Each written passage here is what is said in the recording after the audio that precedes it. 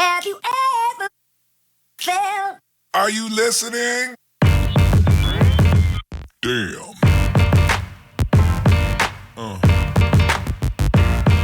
Yeah.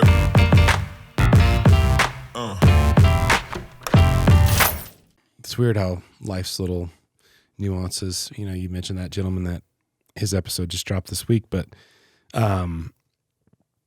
there's a lot of truth to that. Like you can be hyper focused on things, and maybe you do get to a version of your goal that you laid out when you first started. Some do, some are lucky. But a lot of things kind of fall to the wayside, and other things, take a hit, like you don't get as much time with your kids, or you don't get to go to every soccer game or something like that. But it hurts to there's do a weird big years like that. Yep. Flow of life. And oftentimes you feel it years later and you go, oh shit, I didn't have a plan. I didn't expect that to happen. And all of a sudden we're here. That's right. And we're enjoying the fruits, so to speak, of our labor. And, whether you're a God-fearing man or not, some people attest it to that, or having some higher power. Some people are, riding the waves with as best style as they can, right. But That's it's very interesting. And I don't think that anybody can ever not tip a hat to something is kind of in the ebbs and flows of life, especially when you don't have control over situations of getting fired at times. Yep. You could have been a yes man. I probably could have kept avoided that job. but at the end of the day, I didn't want to. Throw the cards in the air and you go, let's see how they land. Let's figure this out. I mean, Carrie said it really great. I mean, the worst thing that can happen is you can die. Yeah, and then we're going to try to die safe. Yeah, the worst thing is you die. Yeah. But the constant commonality is you have to look back at that journey and realize that you didn't always have control over which way you were going, left or right or up or down or back or forward, but something, whether it was your work ethic or stroke of luck or practicing and continually getting up and going, something was kind of, guiding you to wherever you're going in life. Yeah. And hopefully the few of us got to enjoy that journey. Yep. We label it as good or bad sometimes, and we have no idea if it is good or bad. Like if we judge it as such, it comes back to that rewriting the story. You always can rewrite a story. Yeah. It's good or bad at that moment. And you never know if it's really going to be. I mean, I always give a good example of like, if I'm invited to go to a baby shower, and John and Jill Huntsworth, Huntswell, they tell me, hey, come to our baby shower, and they do the whole reveal, and hey, we're gonna have a boy, it's gonna be great, and we're gonna name it Michael. And I'm the guy who's like all about positive mindset, but then I go, are you out of your mind? You're gonna name your kid Michael? Your last name's Huntswell, so he's gonna walk up and be like, hi, Mike Huntswell, how you doing? Like, are you out of your mind? So that's a negative thing to bring up, but who's the better friend? The friend who's like, oh yeah, it's great, I love everything you're doing, or the one who's like, hey, wait a minute, have you thought about this? It's kind of messed up that you would think that. So for me, it all comes back to like, is that positive, or is that really the best friend you had? And it all depends on it. You can write those stories however you want. Hey, you're Mr. Negative, but the reality is you don't really know. Yeah. I mean, I like to look at life in that open-ended way, because you don't really ever know what's actually good or bad. And if you judge it as such, then it becomes such. Like if you, Eric was talking about naming his dragons, and I think that's so crucial, because there's so many things in life that can come about that if you don't recognize what they are, they'll keep recurring. So that's why it's so important for me to do that daily mindset training, because you can get so far off. 2021, I had 7-Eleven inspections. It was one of the worst years of my life recently. Yeah. I mean, I lost relationships with realtors because I was frustrated. I didn't see my kids. It's not about the money. It really isn't. Yeah. Like at some point you go, why, that was a great financial year, but at the end of the day, like it cost me more than money can replace. And, gosh, so many things that I want to talk about and go into. And I know I just end up going off on tangents, but it's like, not everything is the way you think it is. I mean, I'll give you one example that I wanted to talk about is like, you know, you believe in bad energy? Uh-huh. Yeah. Yeah. I mean, like, so the concept of, you know, you're talking about like it's nothing is good or bad, but, and I agree with that. It's only a perspective at that moment in time, and you can always change the past. We can't change the past. You can allow the past to affect you negatively or positively moving forward. Hopefully you learn from it. But flipping that on its ear, I wholeheartedly believe in bad energy. Oh, for sure. And honestly, it's something that you should learn to appreciate, to be honest with you. Like the good energy, How so? The good energy doesn't exist if there wasn't bad energy. Oh yeah, there has So to be. I think of things like this, like if all of the world is a balloon, Mm-hmm. and all of the human facets of what makes humanity, we're all in this balloon. And so I'll give it in the context of like Christianity. Yeah. Christians, I think, miss the mark so hard because they always think that we need to, it's actually called non-resistance by force. Leo Tolstoy talks about how as Christians, we should be non-resisting evil. So what we as Christians end up doing is that we have all that balloon and we want to push on that balloon to try to force society to be a certain way because we want to be a Christian nation or whatever it is, right? Sure. When you push on that balloon, you're pushing air here and you're just expelling an equal amount the other way. So really what you're creating is opposition. You give credence to the opposition when you admit that it is. Whereas in reality, like as Christians, we should just be living a good Christian life and not trying to legislate morality. Jesus lives a great example of life by living his example. Where in the Bible did Jesus ever go to the magistrates or the people in power and say, I demand that we as a nation follow these morality rules? In fact, quite the opposite. Jesus would say, you need to give to Caesar what's his, and the kingdom of God is within you, as Leo Tolstoy would say. Period.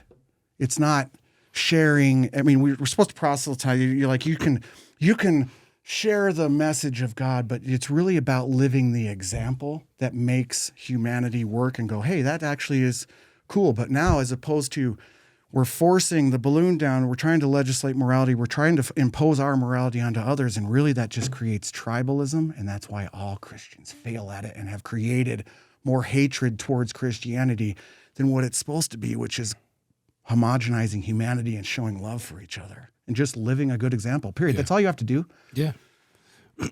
I mean, even if a person's not, you know, God-fearing or not a Christian or whatever religious, you know, whatever religion that they follow religions. or want to, you know, align themselves with, I think at the end of the day, you know, like people have a choice. Their past may be horrible. Yep. They may have grown up in a horrific home or situation or something has just happened to them and they're down on their luck.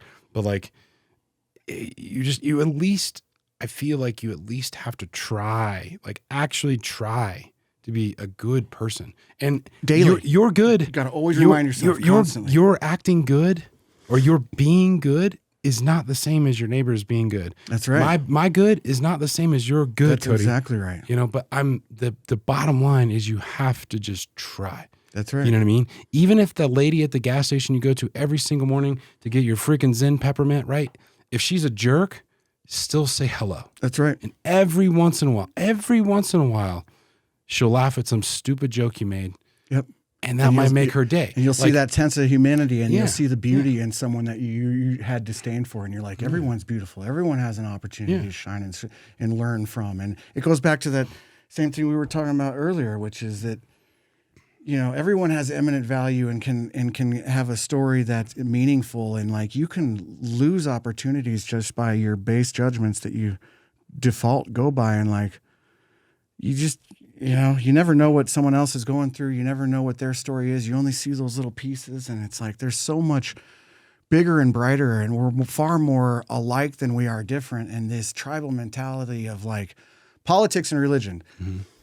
there's always that saying of, oh, you shouldn't talk about politics and religion. It's rude. And don't you think it's ironic that the two most fucked up things in our human condition are politics and religion? Yeah. Why can't we learn to talk about those things without it being like a submissive, like I'm trying to subjugate you and persuade you to think like I do? Get rid of all that. Yeah. It's about persuasion. Our Aristotelian idea of persuasion is so outdated. It's absurd that we still go about our daily routines. And I blame politics and the media for this. Is like drama is something that sells. So for advertising's sake, that's really why we're in the position we're in, is because of the sake of advertisers. Sure.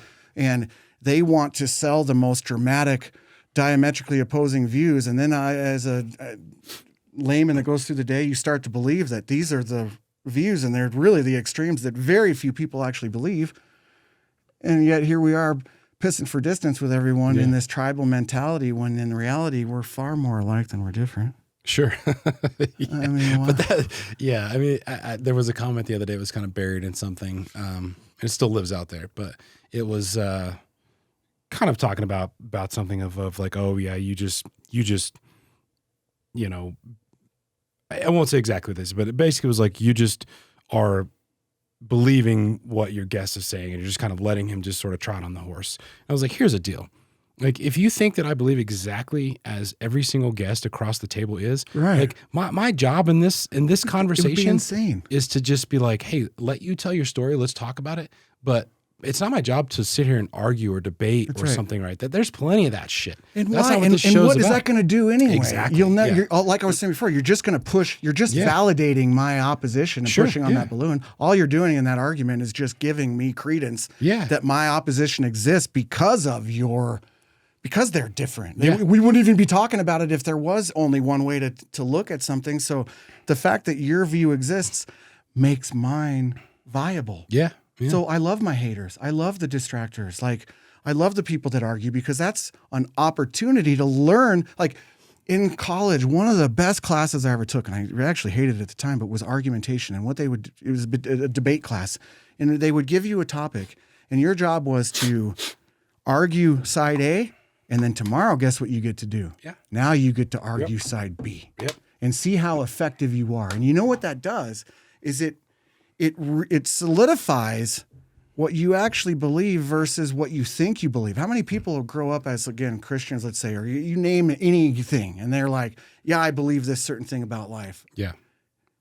Why, though? Have you ever really sat down and confronted it? Or is it just something you were sold and it's a story you've told yourself for so long that you don't even know? Like, you could rewrite that story. You don't even know. Yeah. I heard an interesting quote the other day. I can't remember exactly where it was from, but it was a concept between like knowing and believing, right? That's and right.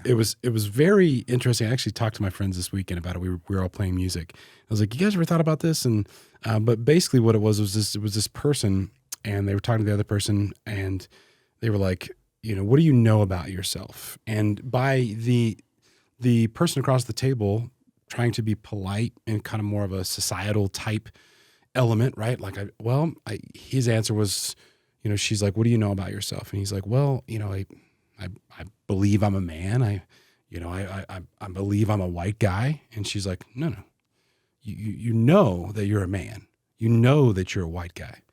And she was like, you do understand the concept that like what you believe in, you can't know.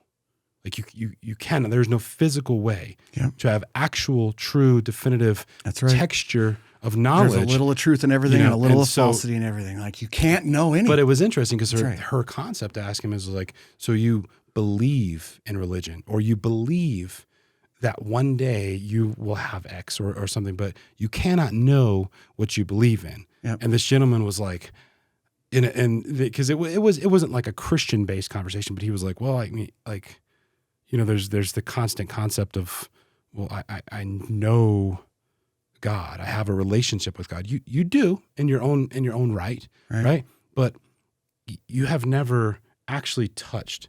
That's right. And so from a physical human stance, that really don't know. Words are we don't have a word to describe that form, like how certain people feel like, if they're religious, they feel like they have an actual true connection.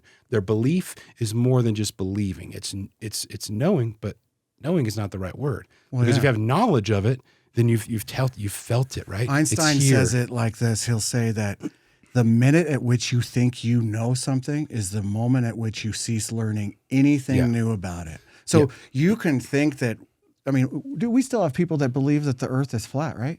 Yeah. I sorry. mean- I shouldn't laugh. I mean, Sorry. and then we used to think that gravity, or there's all these things that we thought we knew and then it proved that we don't know. And then if you can look into the future and go, we think we have that nailed down, we're probably wrong about that too. And we won't learn anything new about it if we assume that, we've got that nailed down. You'll never learn that's anything what's new. going on crazy, like with archaeologists right now, is like they're finding certain things. I don't know if it's through like carbon dating or whatever, but they're saying that like the human as we know it, right, whether it's through Neanderthals or what, the human characteristic is much older than we had originally perceived it. But you've got this, like, the vein of people who discovered what we know as historical now. They're in such opposition of this new theory. It's That's like, right. hey, you know what? Like, when I started painting as a 3-year-old, I could only paint so much. I only had so many tools. I only had so much knowledge. It's like, if you look at the evolution of electronics, it's always going to evolve. Why should knowledge not also evolve? That's right. We've gained new tools. We've gained new theories. And why would Anyone those people who's not embrace it? definitive, I'm Yeah, it's like, like hey, don't know. here's the sliver. This is what we thought to be true. But okay, well, this is awesome. And now it's like open and honest communication, right? Go back to it. It's like, all right, well, let's expand upon what we thought. You would think that people would be, but you know what? They have defined this thing, and maybe they've received like public praise for it.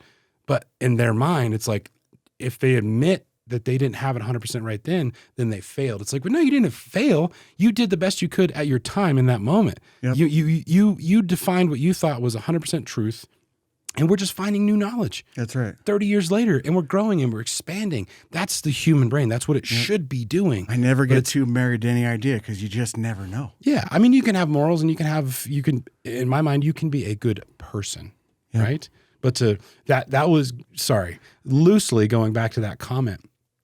I enjoy sitting across this table so much with people because every once in a while there's like a sliver that gets said, and it like, you know, normally I have the scratch pad, but the scratch pad started distracting me. Yeah, I did. Because I was waiting. I was waiting. I'm like, okay, say something cool. Say something cool, Cody. Let me write it down. I'm going to research it later. But I get such joy out of this because I'm not here to oppose a person. I'm here to learn from that person. That's why I wanted to be Even on if it. it's not I like love it. being That's why I wanted to be if here. it's not like a bullet point, a knowledge point, so what? I'm learning who you are.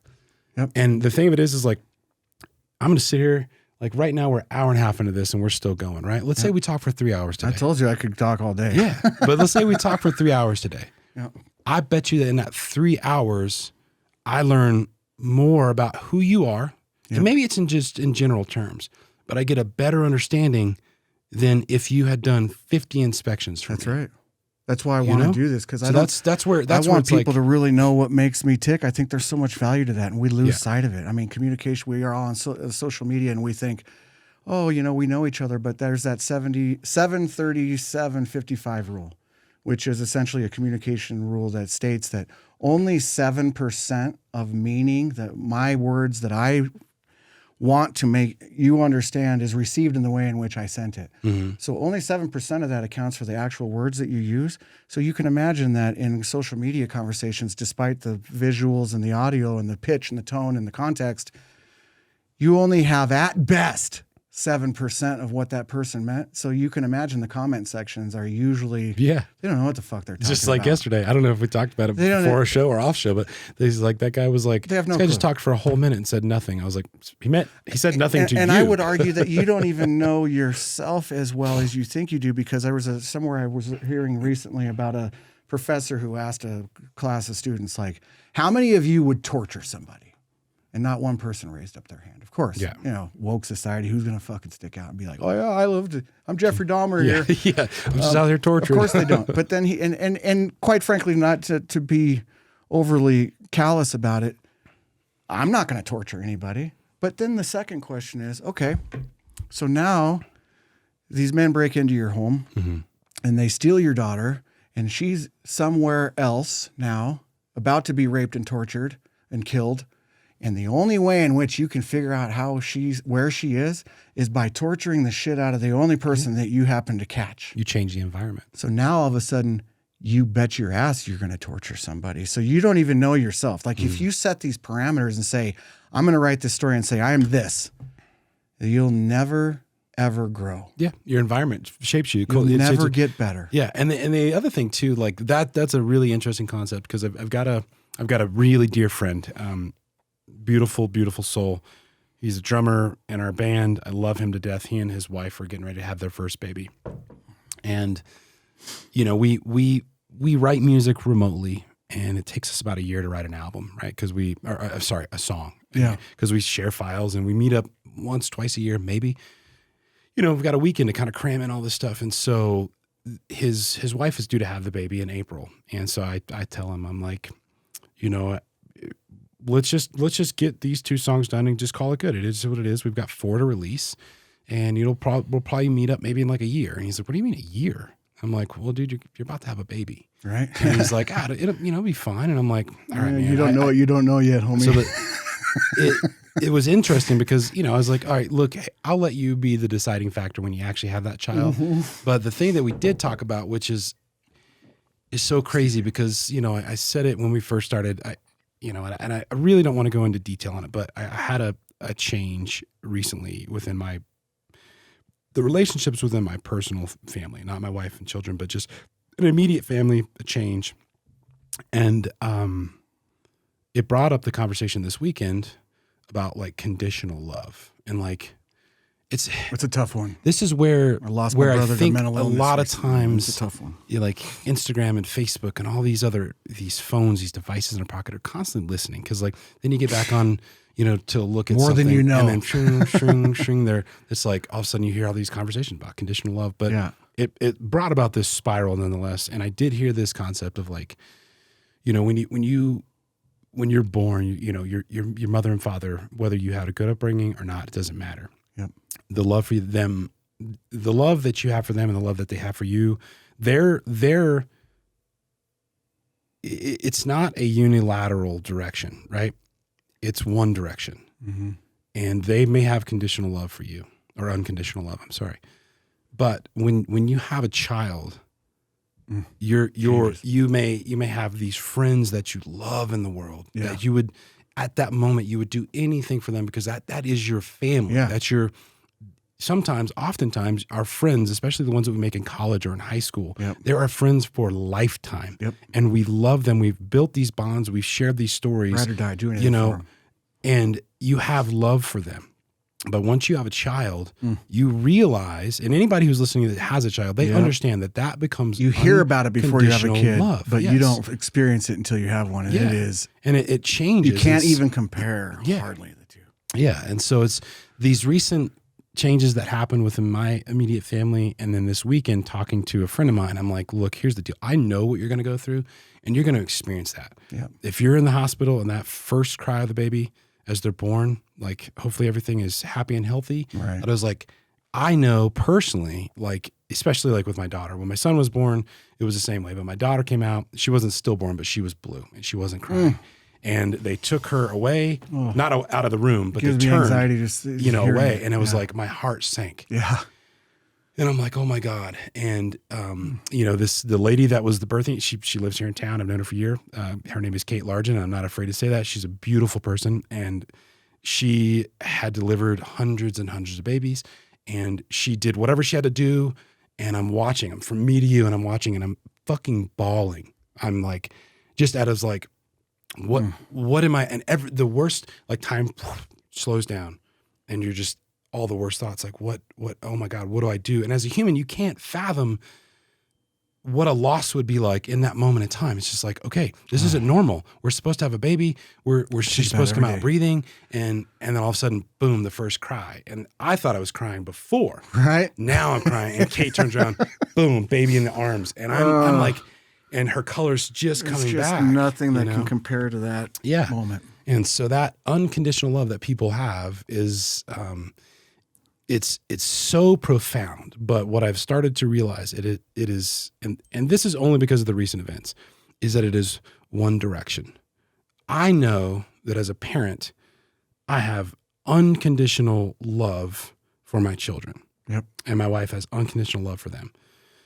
I'm trying to do everything I can as an adult, as a father, as a human being, to make sure that that love is reciprocal. But I know that at some point in time in their lives, if they have a child, that love that does bounce back every once in a while and they get angry with you because you take the iPad away or whatever. Right.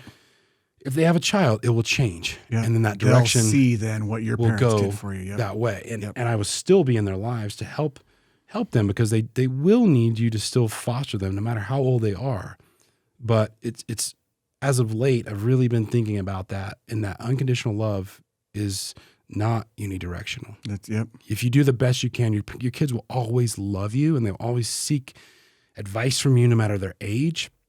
But I do know, and I'm aware that at some point in my children's life that love, they will build their unconditional That's right. path. Well, and they have to separate themselves as they get older in order to have an individuality. Yeah. So we were talking about your kids the other day, about 7 years old, Yeah, something 7 like to that. 10. I've got a 13 and 15 now, and about 2 weeks ago they were that age, 7 years old. And Yeah.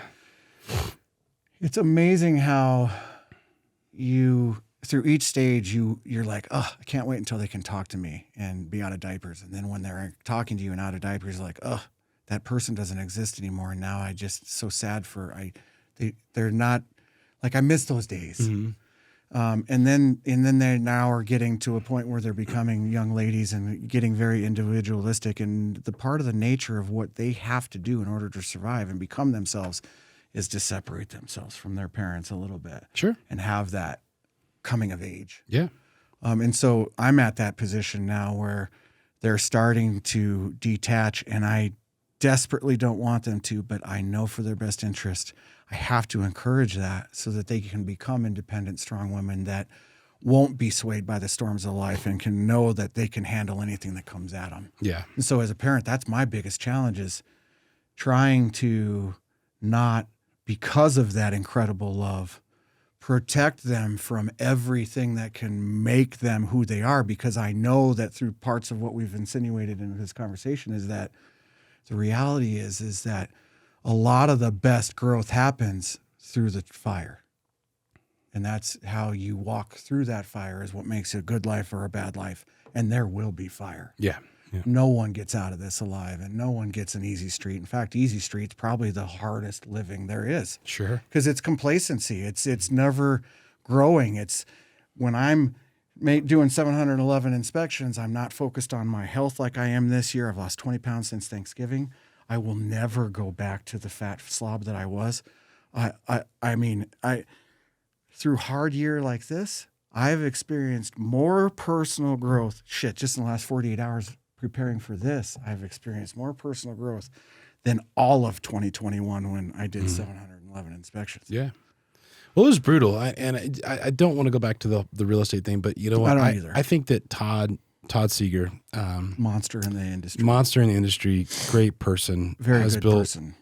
probably one of the best books of business in our industry. He's He rad. did that interview with the Herald in the height of 2021 when it was just getting crazy. And I'm going to paraphrase, but basically the way he said it, it was like, look, the money is great. Like, it's great selling this many transactions, but like, I can't go camping. If I list a house on Friday or Thursday, Yep.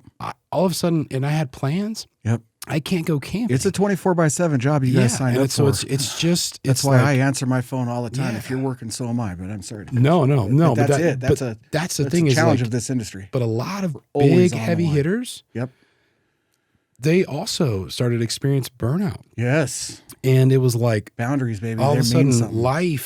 life got out of hand. And Justin said it on the podcast when he was like, I was like, what's next? He's like, man, I'm gonna spend time. That's right. His kids are That kicked me in the gut too. you know, because it's like- I was like, holy crap! I'm in that same boat. Like coming off after a year like we had, or several years like we've had. It was like, I don't know if I could do that again. Yeah. And I don't want to. It's such a juxtaposition of like, you can be so, there's people out there right now listening to this that are probably not making a lot of money and are like, assholes. Yeah. Yeah. You have the option of saying, oh, I want to take this year and treat myself better. I have very much gratitude for every single person that refers me or every client that hires me. And that's why I can't say no. Like those boundaries are tough for me because it's that dichotomy of like, I want to serve. I do. Yeah. And I want to do well. Everyone does. But at some point, like if, again, it's chasing money. It's just the opposite theory. If all you're focused on is that, everything else goes out of balance. Yeah. And there's so much more to a person than just making money. I mean, I'm a spiritual, I'm a emotional, I'm a father, I'm a brother, a lover, a son. I'm so many things other than just a money maker. Yeah. And yet as men, that is very much something that we have a challenge with.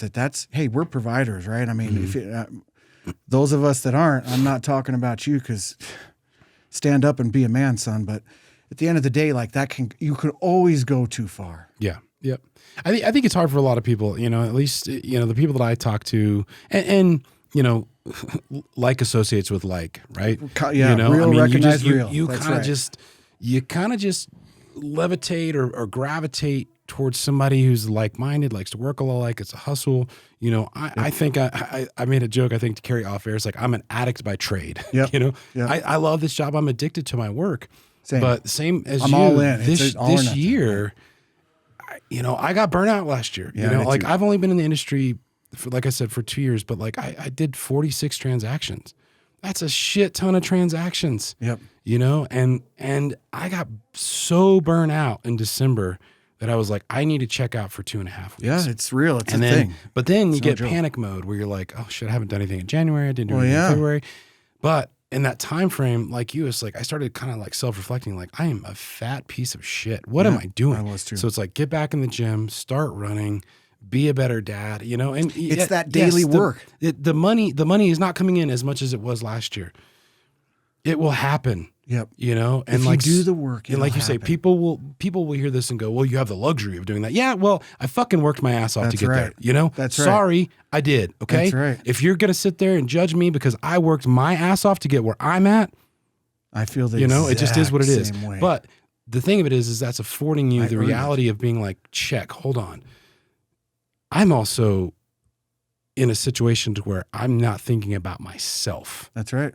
At all. That's exactly too right. much self is too bad. Much. Not enough self. That's exactly also it. equally as bad. That's all of that. Yeah. Like that's exactly what I always say when I started the preface by, there's a little bit of truth to everything and a little bit of falsehood to everything. There's good and there's bad and all of that. And not everything is as straightforward as it seems. And I mean, gosh, like you can go off the rails so easy by. That's why I find it so important to read every day. This is the book I'm reading right now, The 48 Laws of Power. It's an incredible book. That sucker. There's a reason that son Robert of a Greene? bitch isn't allowed in prisons and things like that because there is some. Yeah. This thing's powerful, but I read every day. Yeah. And if I don't wake up in gratitude every morning, and the first thing I do every day is put on either a positive podcast, Hardcore Closer, Ryan Stewman, or good songs like I posted this morning, was rocking before I got into this podcast. I mean, I'm telling you what, like if you don't do that daily work, I read some of the same books every year. I read How to Win Friends and Influence People. I read, it doesn't matter. If anyone wants a list of great books, I can give you one, but there's certain books that I read every year, not because I'm going to learn something new, but because if I don't keep that shit in forefront of my mind, if I fall out of scope with my life and things get out of balance, like doing 711 inspections, then all of these other things suffer and I end up worse off than that one pinnacle rises, but all the other bars fall. Sure. And I want them all to be nice and level. Yep.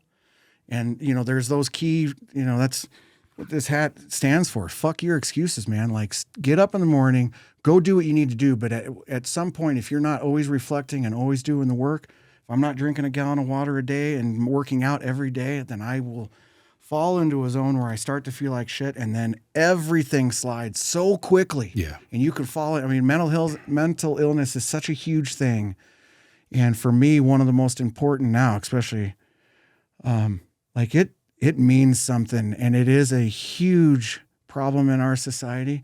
And the way out of it is finding what works, doing 1% shifts every day. Like if you shoot, you point at a star and you go 1% shift after a light year, you know how far away you're going to be. Sure. So do the consistent work every day.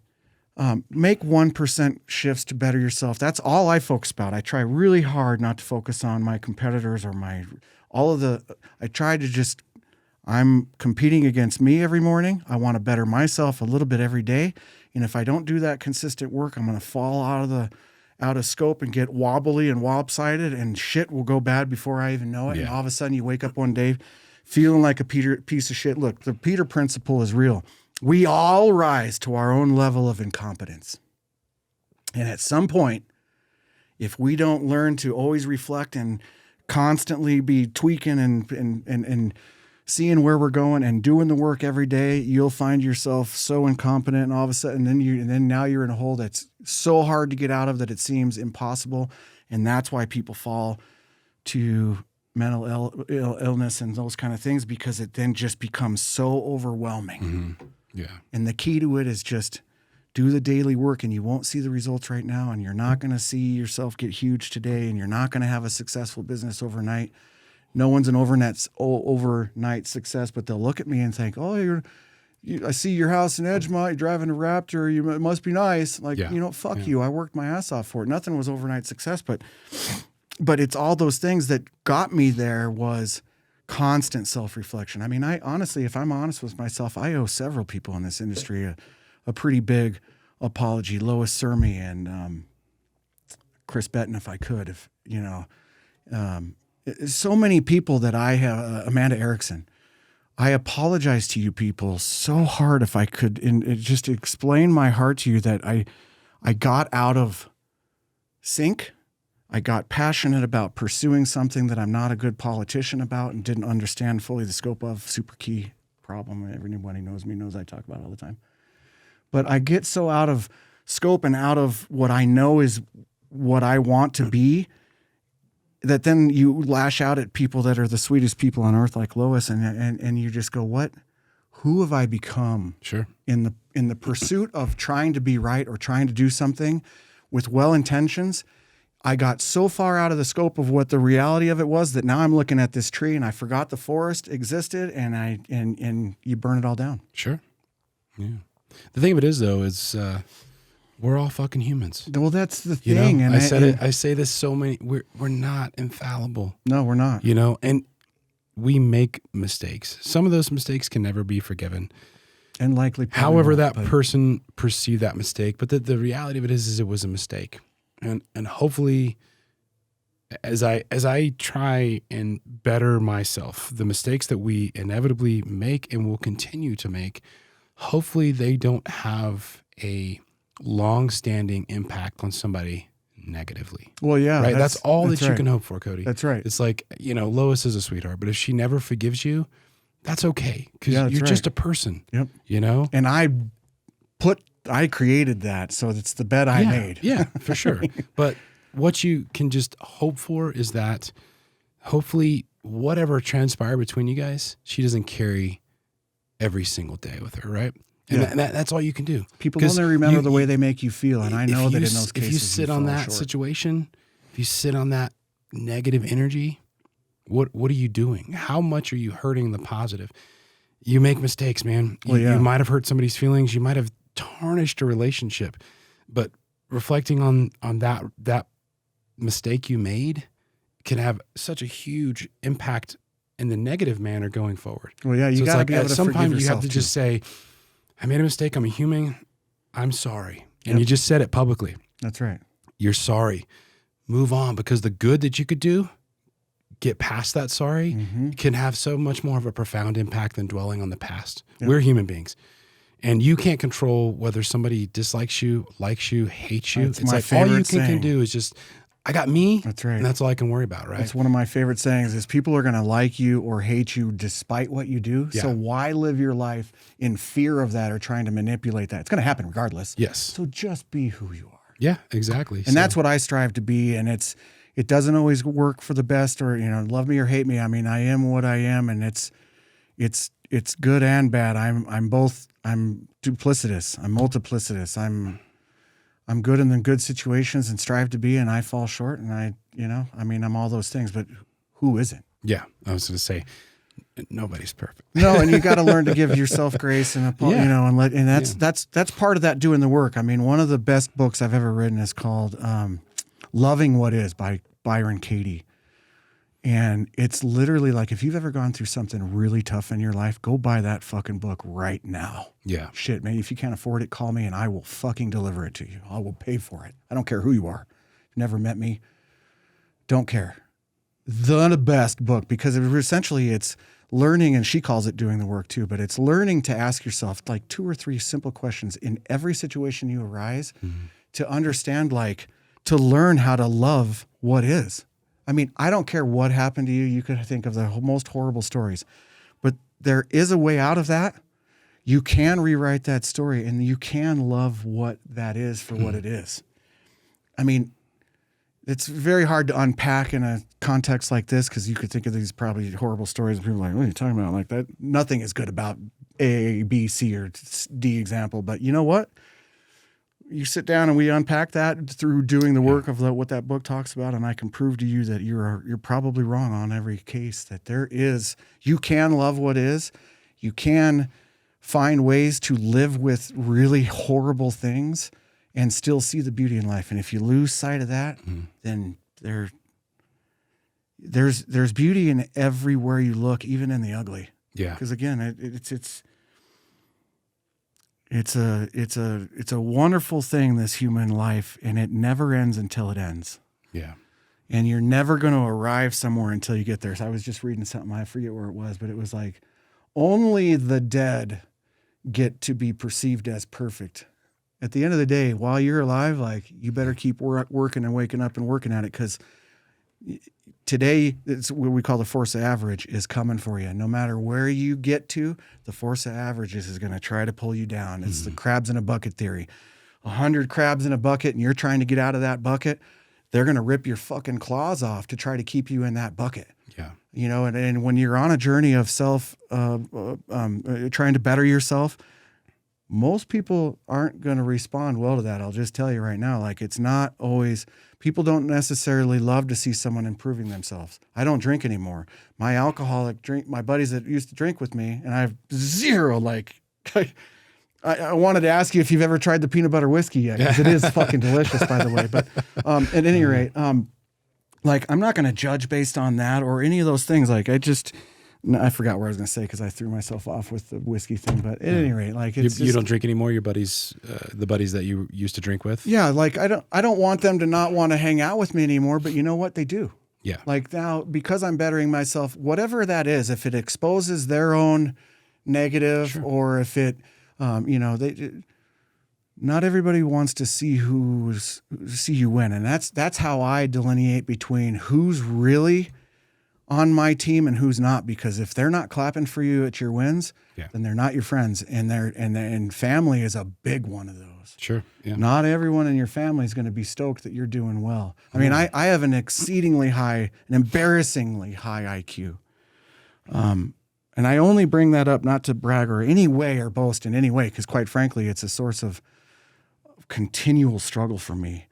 And something that I fight with all the time is that I should be maybe doing more with what I've been given. Or, ignorance is bliss. So living in a head that is constantly churning, and, the more you see, the more you highlight the deficiencies. So the more I learn about communication, the more it isolates me, because I know that most people probably aren't going to receive. So it's like, learning is not knowing more, like being smart, whatever. It doesn't, it's not always a wonderful thing. In fact, when I was telling you earlier that this podcast has opened my eyes to something that for years I've been trying to figure out. And I swear a lot, and I try to sound, it makes you sound dumb. And I've abused myself through the years with alcohol and drugs. And I know why I've done that. I've for years been trying to figure out, like, most people that have alcoholic tendencies have a reason, like they have a traumatic experience. And I mean, my brother stole an airplane in the 90s and was on CNN national news. And I learned that I had a 16-year-old.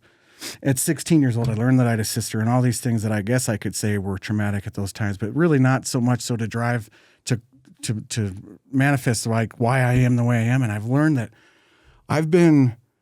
nobody likes to be in a room with someone that's smarter than them and all of that. And for years, even in high school, I was always just like, da, da, da, da, da. And so I learned to just abuse myself with drugs and alcohol and try to force myself to sound as stupid and fucked up by saying shit like that. Fuck, la, la, la, la, so that I wouldn't sound so smart. Mm-hmm. Like I've intentionally been doing that my whole life, and I never really realized it until doing this podcast. And for the reasons I could go into, it's not necessarily important, but the reality is that I'm so grateful already for this experience because it opened my eyes to that. Yeah.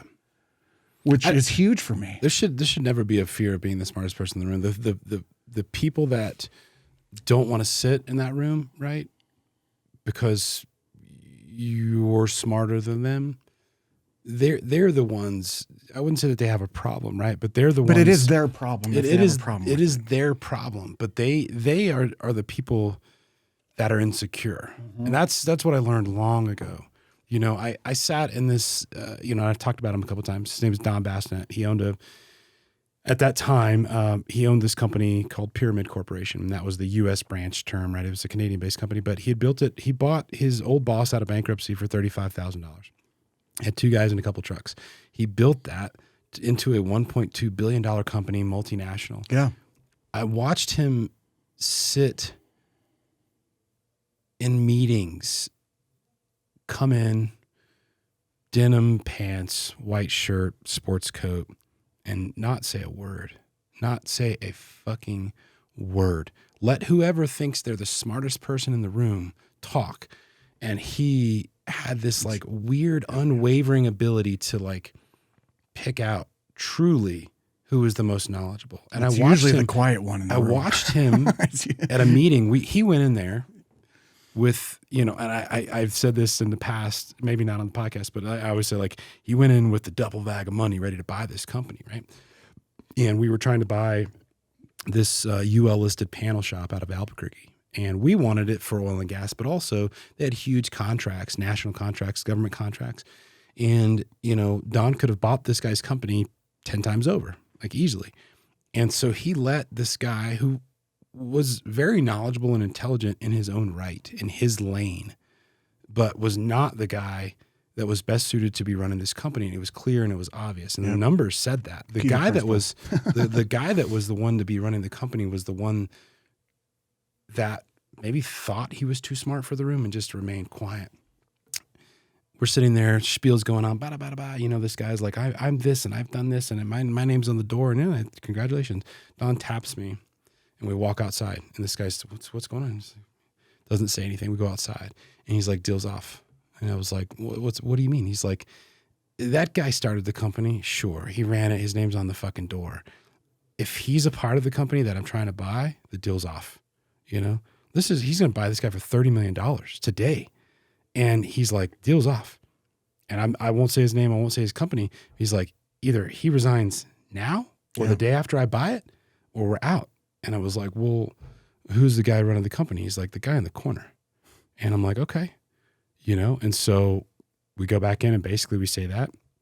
It's so hard for me not to say this guy's name, but the gentleman leaves the room. I do the same thing. He leaves the room and we asked, he said, can we have a few moments just to talk to some of your, not chief of staff, but like some, so the head honcho leaves the room and Don just says, dude, what are you doing?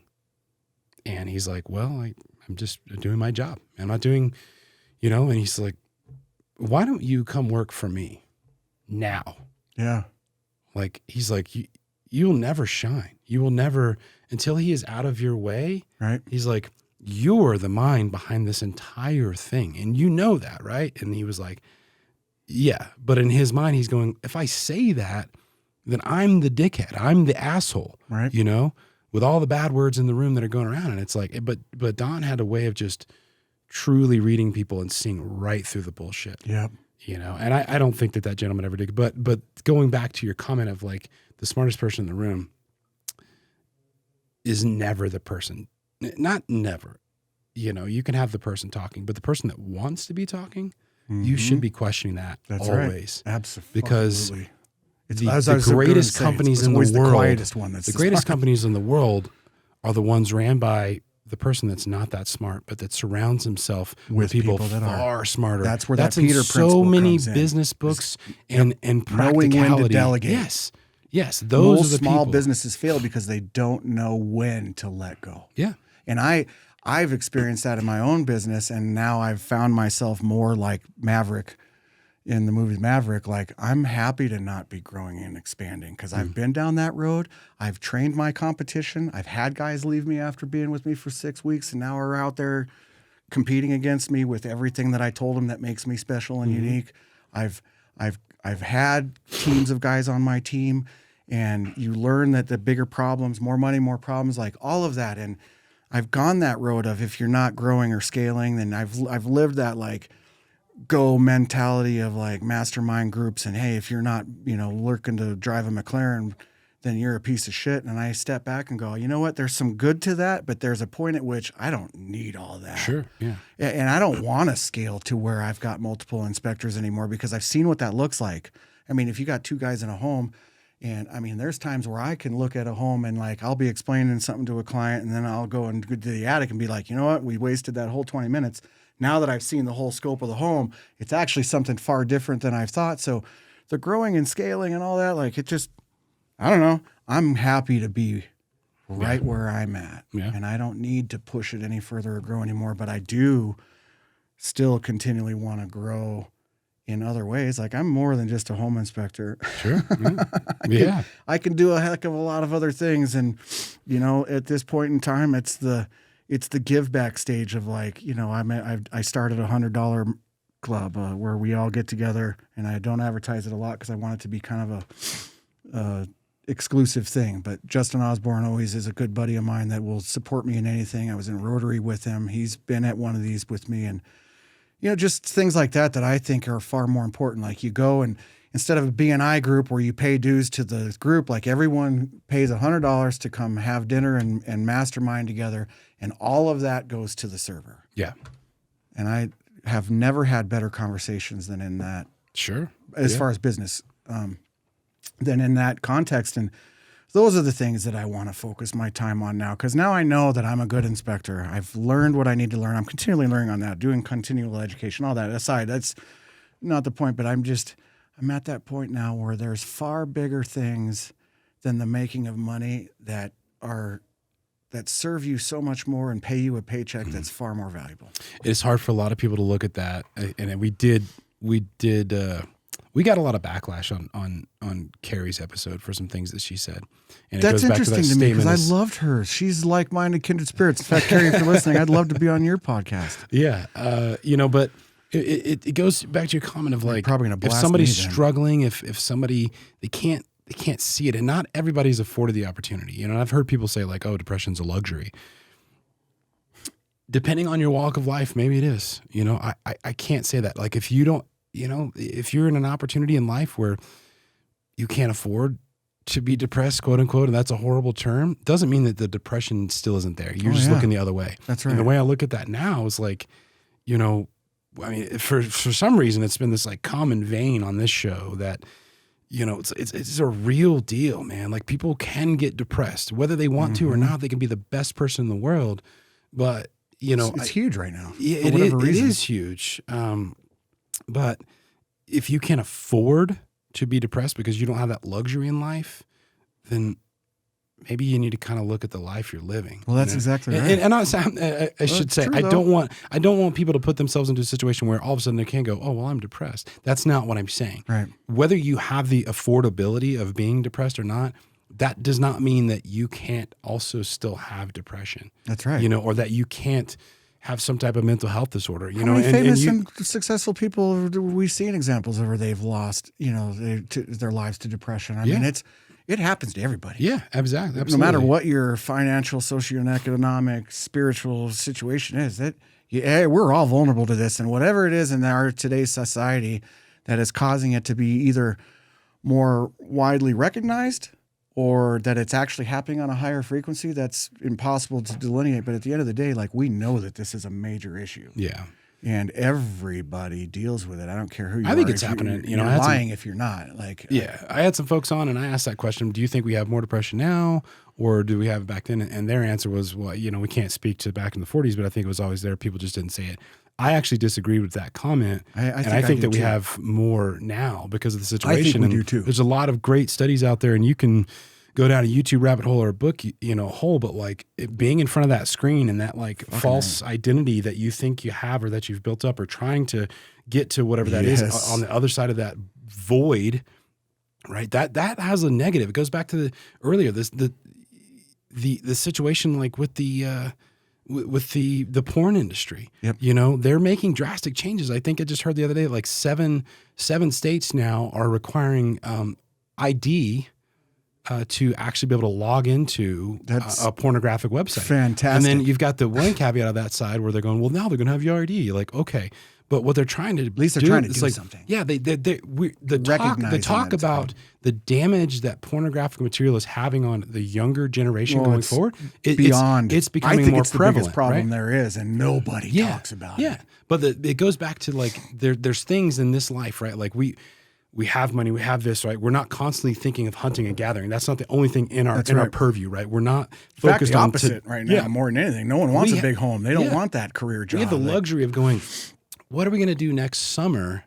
Or like in these thoughts, like we don't have to think about like, holy shit, are you, Cody, going to invade my house and kill me? Right. Do I need to prepare? Is this gigantic mountain lion going to, like we have these luxuries that we've built up to where we're not constantly have to worrying about the here and the now. Yeah. And that has changed, I think, the way that our brains perceive the pursuit of comfort. Yes. And so I truly disagree with that statement. I think that we have more depression right now that is coming to the surface. Maybe that's been over the advent of social media. I can't define that, right? There's a ton of studies out there. I promise you that's a big factor. I truly believe that. I think that there's a reason that anybody who's a CEO or largely in charge of social media, all of them do not let their children on those platforms. Yeah. All of them. Yeah. There's a reason for that. Yes. Because they know the effects. And so that's a massive piece of it. It's not the whole picture, but I assure you that's a contributing factor in a big way. Sure. But I've seen the backside of it. I know what. Yeah. But the cold reality, back to the situation of the depression or the mental health thing, whether that's become more prevalent in today's society, which I do, again, I think that it has. Now, let's say that's over the last 2 or 3 or 5 years, people are starting to talk about it, right? Public figures are coming about, like they're becoming more open and honest about it. But the thing that kills me, and I mean, like Rogan is such a huge advocate for this, and like,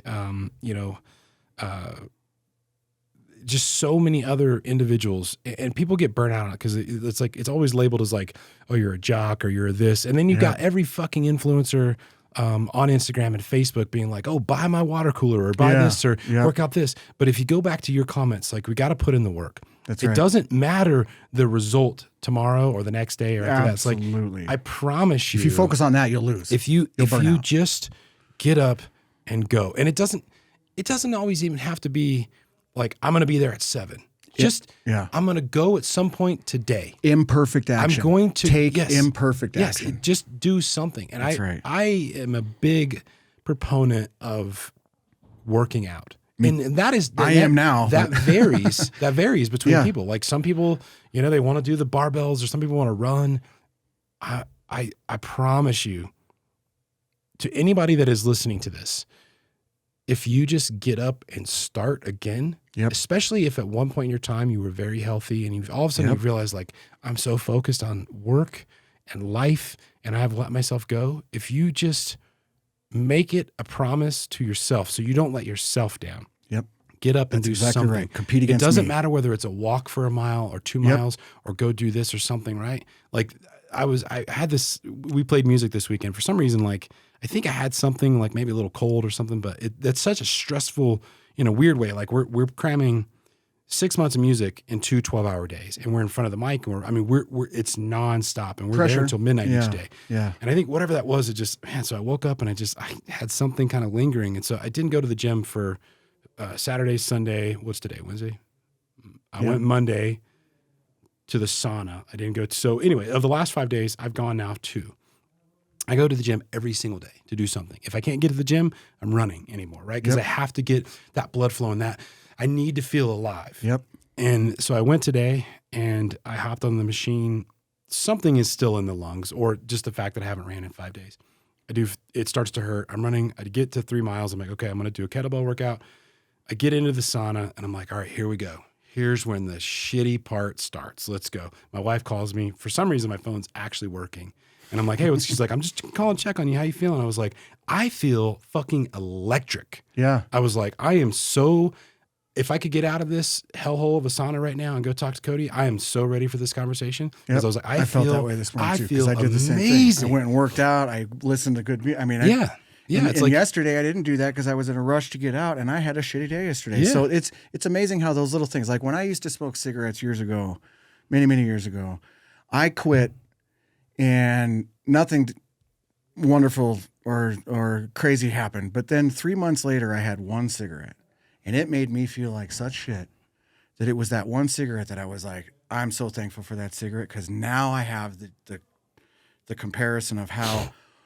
What was 20 of those making me feel like in a day? And so now I'm just like, oh, it's so good to have sometimes that ability to see. So sometimes I love my failures in that regard, because I'll go along and not do the work. And then if I don't one day, I'll see how that throws me off for 3 or 4 days. And it's like, what was the 3 years that I was doing? Nothing. No wonder I was in that state of mind. Yeah.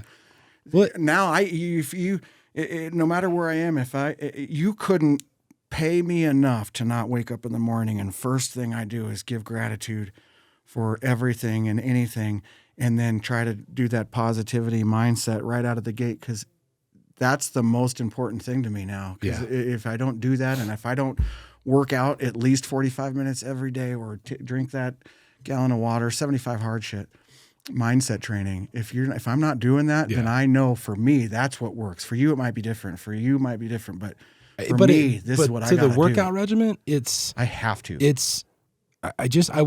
I want people, like seriously, going back to it, anybody who's like potentially struggling or just doesn't feel right.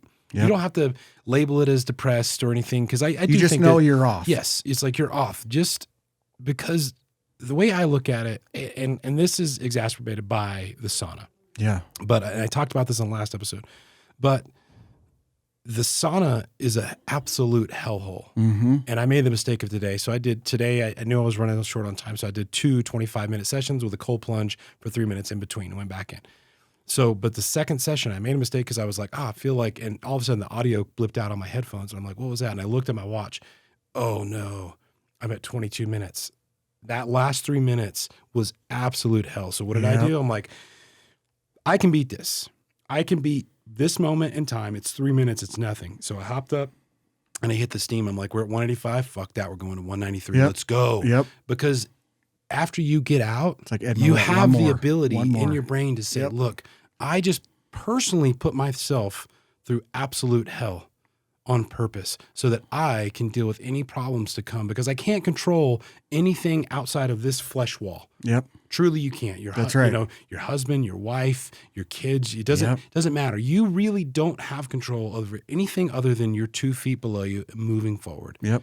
But if you can create hell on purpose in your brain and show yourself definitively, I can beat this. Yep. You come out of that, I promise you, it's like you flip the light switch on and the rest of the day is just better. You may still have problems. Yep. You're still going to run into assholes, or your boss is still going to be a jerk. But you'll be more prepared and equipped to deal with that. You can't control that. What you can control, That's and right. I think it's reminding yourself that you actually are capable. Yep. Capable. That's right. Capability of doing something that you don't want to do. Yep. Ed Millett, just one more. There's so many of those guys out there that are sending that message out, because it's it. That's it. I mean it. And quit watching all the fake influencers. They're pretty for a reason. That's right. Find somebody that inspires you if that's what you need. Yep. That person that's real. And yes, they're still already in better shape than you are. Your job is not to be them. Your job is to be a better version of yourself tomorrow than you were today. That's it. That's all simple you as it can is. do. That's it. One step at a time, right? Like the rules. It's We're working simple, on but the it's not rules. easy. It's not. But that's as easy, as simple as it gets. Like take that imperfect action, get up and do something, because that one thing will lead to another, and you build on it, and all of a sudden you've got the confidence back, and everything flows. But if you misstep it, it's so easy to fall. But the workout thing, because for some strange reason, again, I just talked to a lot of people that are struggling with some type of offness or mental health. And I'm a huge advocate of working out. Me for too. some reason can help that. It's hell for me. It really I can. hate it. Yeah. But it's David Goggins in my head going, what are you, like, fuck your excuses, bro. Get out there and Who's going to carry the boats? Yeah, I mean, you know what I mean? Fucking But at Goggins. the end of the day, Yeah. I mean, that shit is real. And if it comes back to seeking comfort and how it's all opposite. Like, I mean, everything is opposite. It's like, I'm trying to seek comfort, but how detrimental is that? Like the force of average is going to come for you. So be ready for it. And if all you've had is easy street, when the storm does come, you won't be ready for it. Yep. So those storms, when they do come, you're ready. Like it's exactly what you just said. Like if I don't prepare my mind in the morning, then I can be so easily kicked off my pedestal by the slightest thing that throws me off. I spilled coffee all over myself this morning, and that could have easily pissed me off and set me into a mode, about ready to sit down and everything. I mean, but at the end of the day, it's like, dude, it is what it is. Like, Yeah. It's coffee. Spill it. come on, like, Yeah. so what? I mean, Yeah. whatever. I gotta, whatever. Anyway, you get so focused on the little things that don't matter that the big ones fall away. And it is the little things that matter. It isn't the big ones. Yeah. Have you, so Robert Greene wrote that. That's a great book, by the way. Incredible book. It's the 48 Laws of Power, if you don't. Yeah, sorry for those. It's 48 Laws of Power, Robert Greene. Have you read or listened to the 50th Law? No. Dude, so, I'm just getting through this one, and I was at Rule 2, and I was like, if that's not opposite, then I don't know what is. In fact, that's why I brought it in here in case I referenced it. But it's never put too much trust in friends. Learn how to use enemies. The last thing saying, if you have no enemies, find a way to make them. Yeah. I love that shit. Like, are you kidding me? You got to unpack that and read the book to understand what they mean. But so Robert Greene followed 50 Cent, Curtis Jackson, right? So One of my for favorites. a couple of years. And then A great book, too. They co-wrote the He wrote 50th a Law. great So if you don't have the ability to get the book, I would say download the audiobook because it's actually it's read by 50 Cent, right? So it's in his voice. I thought it was so different because he can articulate exactly what he's trying to say. It's like, here's the story and it's in his voice and it's awesome. It really is. It's just crazy that the way that he interacts with a lot of things, like, it almost makes you feel like nothing is without design. Yep.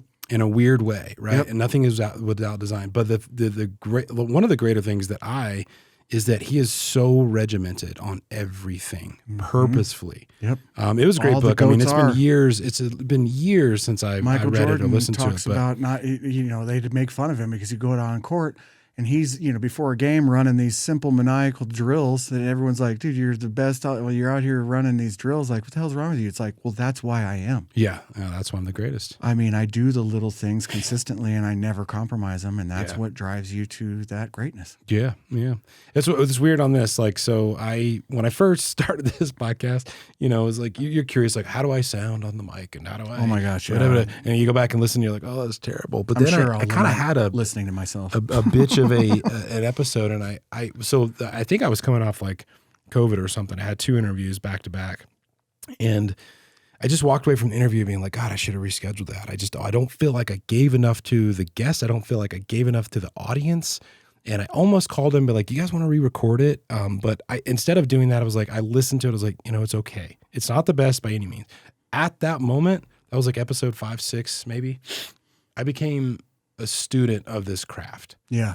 And it's hard at times because you listen to certain people and inevitably, like we as human beings, we kind of like almost emulate certain things that they're doing. So that's hard. You got to get past it. But I try and listen back to these podcasts and instead of like listening to the performance is fine if you want to listen to how you sound and how you do this, but I'm trying to listen to the movement. Yeah. You know, and I talked about it with Eric. There's this like episode that I heard a while ago, and it's a dance. And so going back to like the greats, like you have to be a student of your craft, right? That's You right. have to be always going. You also have to be regimented with what you're doing. And That's so right. now I release these episodes. I purposely cut Otherwise, some of the go smaller golfing. clips. Do it right or do it. Yeah. Fuck off. I still like golf. Maybe we could do that this Well, summer. yeah. But I'm not listening to this to get enjoyment. I'm listening to Yeah. this to get better at it because I owe you a Yep. better version Of your story. I do it all owe the time. guests. That's why, like I said before this, I post all my shit on social media and I think I am who I am. And then a case like this comes and it's like, you know what, Kyle and I don't know each other that well. He's probably going to look at my Facebook. So then I go and look at my own Facebook through your eyes. Yeah. And I see myself differently all of a Sure. sudden. And then I'm like, wow, Yeah. like how am I representing myself that I normally don't think? But now if someone's going to be scrutinizing certain things, like I just think there's so much value in that constant, like Leo Tolstoy talks about it. Albert Einstein talks about it, like never stop searching. Those were the last words Leo Tolstoy said before he died. Never stop searching. Yeah. And I couldn't be a bigger fan of that for better or worse. Like I could go on a podcast like this and it might cost me business because someone's going to be pissed off. Maybe I'll gain business from it. Maybe either way, I just need to step out of my comfort zone regardless and not really like my wife and I talked about this so much before coming on here. Like it can be very challenging to be a leader and call out some of the things that make our industry different or unique or challenging or some of those problems, or they can sound like they're accusatory when really it's about, hey, let's elevate each other. And, Sure.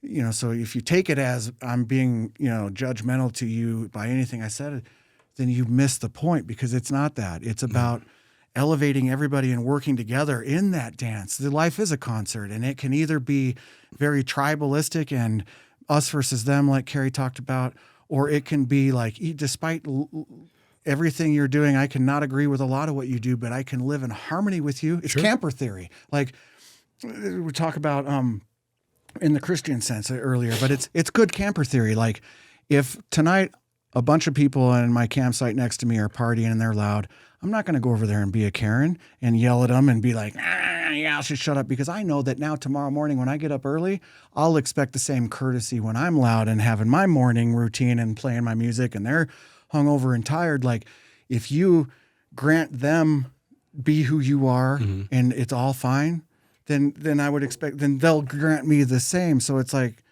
again, it kind of comes back to that pushing on the balloon and trying to legislate morality. There's so many examples of that through life that I just focus on that one, but it's like, can't we all just be good campers? Yeah.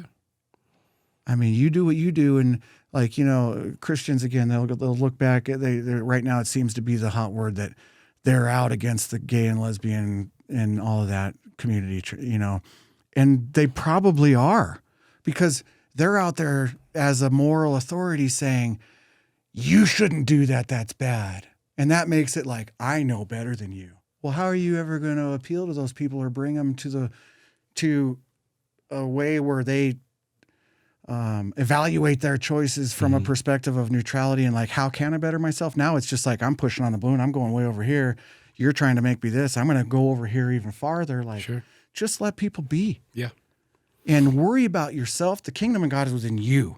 Worry about what you're doing and let everyone else just kind of roll. I mean, even when it affects you, like, I don't know. I mean, I can do better. I can be better. I can ignore certain things like that. Some of what you're doing, even if it affects me, like I'm still just worried about me. And if we lived like that as people, like we wouldn't have most of the issues we have. And of course, we're not solving the problems of the world today, and no one's going to, it's not like it's going to happen overnight or it ever even will. But I know that I can, if I want to change the world, I change myself. Yeah. Yep. Period. And then it all emulates from there. And if everyone wants to self-evaluate and get better, then we'll have a better world. But that's the message I think is so important. It's just like, look, dude, don't expect to eat the elephant all in one bite. Yeah. Do the work every day, take imperfect action, and eventually you'll get better. I mean, no one's best at their first podcast. No one's best at their first inspection. No one's best at their first anything they do. But if you don't step out and actually do it, you'll never actually enjoy what being better at that is. And so give yourself some grace and take a step forward and move in the direction you want to go to. So it's all about mapping, right? Like if I just live willy-nilly, it's like you're in a void. You don't know. You're in a room with no sight. You don't know where you're going to go. You don't know where that fucking exit is or anything else. But all you got to do in life, it's really not that hard, is you just go, okay, this is what I want to do. And this is where I am. And draw a map. I mean, that's it. Like, what does it take? Who do I have to become in order to achieve what that is? I want to rewrite my story. I don't want to be afraid of snakes anymore. Mm-hmm. So how are you going to go about doing that? Well, I'm going to be in front of snakes more often. And all of a sudden I'll find out, like, holy shit, well, I've been telling myself I was afraid of snakes all these years. And really, I'm not. Like, they're rad. I've been I used to tell myself I listen to anything but country music. Man, Chris Stapleton? Yeah. Like, are you fucking kidding me? I would have missed out on so much good music if I lived with that story that I told myself for so many years. Mm-hmm. Like, I missed out on a lot of great shit just by an ignorant, like, belief that I thought was fun to say to demean country listeners. Sure. You know, like, rap is better and heavy metal music. Like, you know, I was on Dead Tour. I'm such an unsuspecting Dead Tour guy to go on Dead Tour because I was a metalhead. I come to Durango, everyone's listening to Grateful Dead. I was like, these guys aren't even good. Yeah. Like I literally have 98% of every Grateful Dead song set that has ever been played live on digital. I almost all of it. Like, I literally have over 400 gigabytes of Grateful Dead music. I have almost every single show that they ever played recorded live, and I can tell you that most of it's dog shit. But you know what? I get what Grateful Dead's all about. Is like, the first Grateful Dead show I ever went to was December 6, 1992 in Compton Terrace, Tempe, Arizona.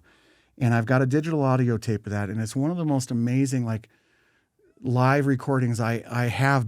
And it's not because it's amazing music, but they played the whole first Dead show I ever went to. And they played the first set, and everything's groovy. I mean, I could go listen to I'll go to any show. Like, I'll literally go. I'll give you so many examples. I went to see a band named Kitty, and they were this chick heavy metal band. I thought it was going to be absurd, and they're so rad. Yeah. Anyway, so I go to the first. They play the first set, and it sucks, or it doesn't suck. It's just, it is what it is. Second set, they come out, and they play this song, "Here Comes Sunshine," and it opens up like totally classic Grateful Dead. Like, the audio's all messed up. It comes in after they're already in mid-chorus. Like, it just sounds like dog shit. But I'm looking around and everyone's losing their minds. Like, I've never seen before, since, or after. I'm a huge music fan, and my life is going to live shows. I've seen so many live shows. I've been to 133 Grateful Dead shows alone. And it was like, what is happening? Why is everyone losing their minds? Like, I've never seen ever a crowd react so favorably. And weeks later, I come to find out that what had happened is that they hadn't played that song, "Here Comes Sunshine," since 1974. Oh, wow. And so everybody that knew, which apparently was everybody, they just lost it. And I'm just sitting there like, what the fuck is going on here? It's not that good.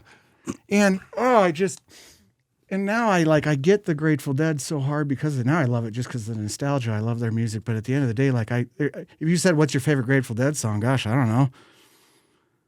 Kind of all suck. Yeah. Yeah. But anyway, I don't know how or why I got onto the Grateful Dead, but I mean, it's so funny to me. Like, life is just such a ball of experiences. And I'll give you an example of an experience that this right here, you don't know when you're truly affecting somebody. These books right here are probably one of my most prized possessions in life.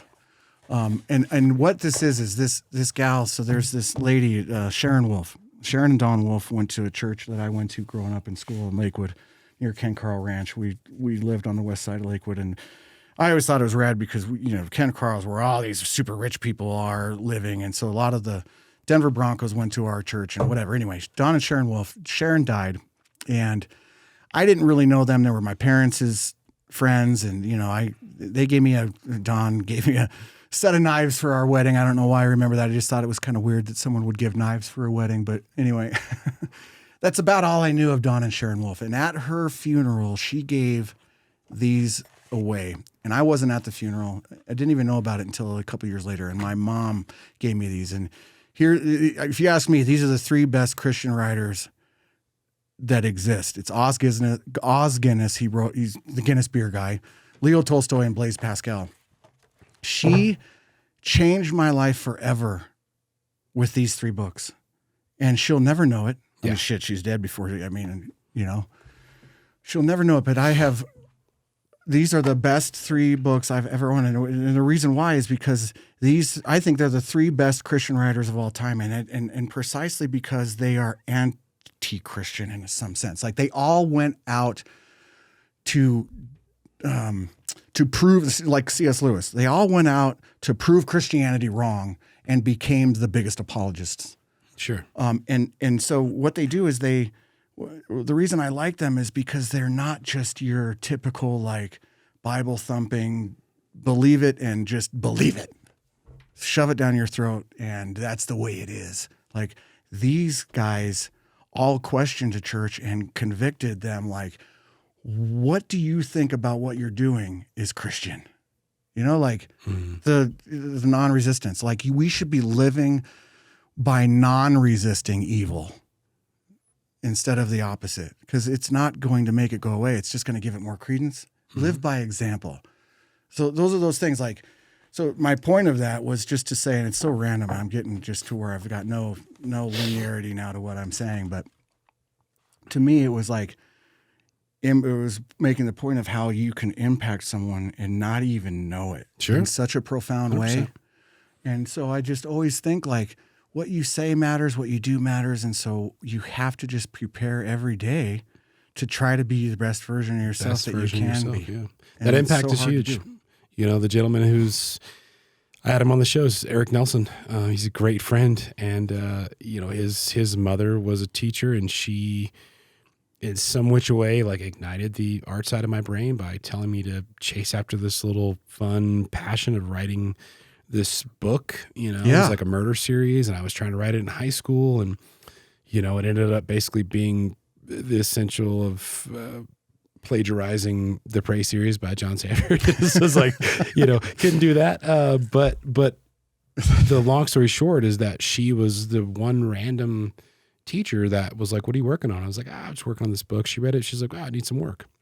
And then every once in a while she'd check in, and I never ended up finishing the book, but what I told him in that episode was like that sliver that I know with absolute doubt that your mom does not remember had such a profound impact on me as a person. Yep.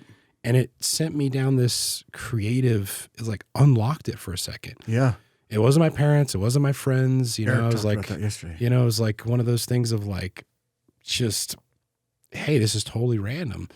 And like you say, like, she doesn't know she gave you these books. Yeah, she has She's no no idea. clue. No idea. Tish Nelson doesn't remember that conversation, guaranteed. But the impact that it had on me as a person. This changed my life forever, and it's the reason I own my spirituality, because I know now what it means to me. Yeah. And it wouldn't have been personal to me had I not come across this. Like most people get very anti church for good reason. Mm-hmm. It's evil. It's straight up the religion of the world is evil. It is not the way it is designed. There is nothing about our current church that is the way in which it was meant to be. If you really look at and are open to studying the way in which the original founders of the church meant it to be, and it has zero resemblance today in the way in which it's supposed to be. So of course we're turning away more people than we're attracting as Christians. And speak for myself, but it's those things that it's the constant evaluation of where we are that has to be part of that work, or it's so crucial to me that it's the most important thing to me in life, is that I'm constantly evaluating and measuring against myself where I'm at, and doing that almost on a daily basis, and having that roadmap of to where I want to be and making sure I'm still on the road. Cause I mean, it's so easy to get off the path and then you're out without a light. You don't know where the hell you are, what's going on. And it's hard to get back then. It's a lot easier to maintain where you are than to lose it and try to build it back. Like checking in with yourself. every day. It's so important to me. It's the main, it's really the true focus I've been on a mission for the majority of my life. And I'm not there yet. Yeah. That's the point. Yeah. But the thing of it is it's work. Yeah, it is. And it is. And it's never fun. But, you know, every time I go mountain biking or I go to the gym or I do something that I truly loathe doing, it's not wonderful. There's never been one time that I've been in the gym and been like, you know, I shouldn't have come. Yeah. Never. Every time I'm always like, fuck yeah, man. I feel a lot better. I'm so glad I did this. Afterwards. Yeah. But you know, you have to know that that's, you know, just like you talked about with the sauna. Like, I know it's going to suck, but you know what? If I don't power through it, then what's the point? Yeah. You know, I mean, we can all just sit here and just get complacent and try to die a comfortable life. But, you know, that's no fun. Most people don't ever live a true life, I think. Sure. I think that's the sad reality is that we all have these quiet lives of desperation. And it's yet you find redemption on the other side of what's uncomfortable. Well, Cody, thank you so much, man, for coming on. Oh, you bet. Anytime. I'm happy to do it, and an honor to be here. Honestly, I love what you're about. I've listened to a lot of these, and that's why I asked you to be on it, because I feel like I align with where you want this to be, and it makes sense to me. Like, it's not just it's a wonderful thing. It's I'll put it to you this way. I value conversations like this so much, and they're so rare. How many times do you just sit down and actually talk about life in a non-judgmental, persuasive rhetoric kind of a way? It's very rare. Sure. So for me, I value them and I seek them out, and they're hard to come by. And, you know, you try to get into a conversation with someone and inevitably that defaults back to that same tribalism. And then you just go, oh, fuck this, man. No one's trying to accomplish any learning or anything. Now it's just a pissing for distance, and I'm not about that. So anyway, I appreciate so much for the honor to be here, and you know, hopefully it's useful to someone. Hopefully I didn't piss anyone off. If I did, you know, that's your problem. Yeah, I was gonna say, if we did, you had plenty of time to click away. You feel free to call me and we can discuss it, because, you know, I'll tell you right now, I know that I'm not always right, and that's why I know that I can learn. Yeah. That's why I know I can progress. Einstein wasn't smart because he knew everything. Yeah. He was smart because that man knew nothing. Sure. Yeah. Well, I mean, to go back just briefly, I mean, it is work, right? So the conversation we had today, you know, this isn't rooted, you know, I mean, you could be completely different in 6 months. Yeah. You know, that's I hope I am. That's the thing is, like, what you say today can have value and add value, but it doesn't necessarily mean that those are always going to be your beliefs. So if somebody disbelieves with what you say, instead of coming into a conversation with ammo and trying to come in and, you know, sway your opinion, come into that conversation open and just be like, let me hear your side. Yeah, like, that's right. Because you know what? You're right. I might be wrong. And if you allow me to hear your version and tell me why I'm wrong, I'm going to be the kind of guy who's not going to knee-jerk react and be like, hey, you're challenging my ego, you know, blow, right? Like, no, I'm going to sit and the best thing I can do is listen. That's a hard thing for me. And it's a good thing to get into practice, because you only learn when you listen. And so if there is someone that's like, hey, man, I think what you said was fucked up, you know what, bro? Call me up. Sure. Because I'm not going to argue with you or be upset about it, but I will try to learn from you, because I know that I can. And I know that if I don't try to do that, then again, give up and just go golfing. Because if we're not really trying to do anything positive, then fuck it all. But I can tell you right now that I know that I will only be different if I'm willing to accept the fact that I'm probably wrong. And that's the only way to get better and actually truly know what's right. Yeah. And then, so I'm willing, very willing to have that conversation. And so it's always for me, it's always like, again, even with my clients, call me. If there's a discrepancy, let's have that conversation, because it doesn't have to divulge into what we always see online or on the news media. It doesn't have to be a an anger thing or a judgment thing. It's, I'd studied under Cynthia Griffin and Sonia Foss, and they introduced a new method of communication called invitational rhetoric. And that's granting your imminent value, that you have come to the conclusions in your life through probably good reasons. You're not batshit crazy on purpose. No one's out to be like, I want to think the most fucked up thing possible. Mm-hmm. Like everyone's trying to come to the best case scenario. And so if you allow and grant that imminent value that, you know what, they might think diametrically opposite to me, but they do so for reasons that make sense to them.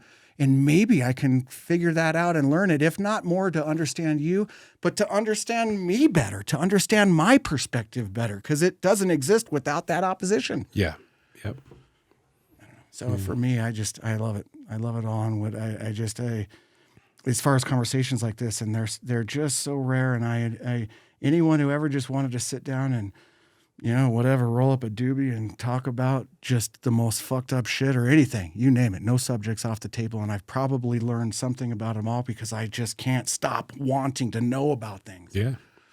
So let's do it. If you do, whatever. Anyway, I appreciate you, my man. Absolutely. Thank you, brother. Yep. Have you ever felt? Are you listening? Damn.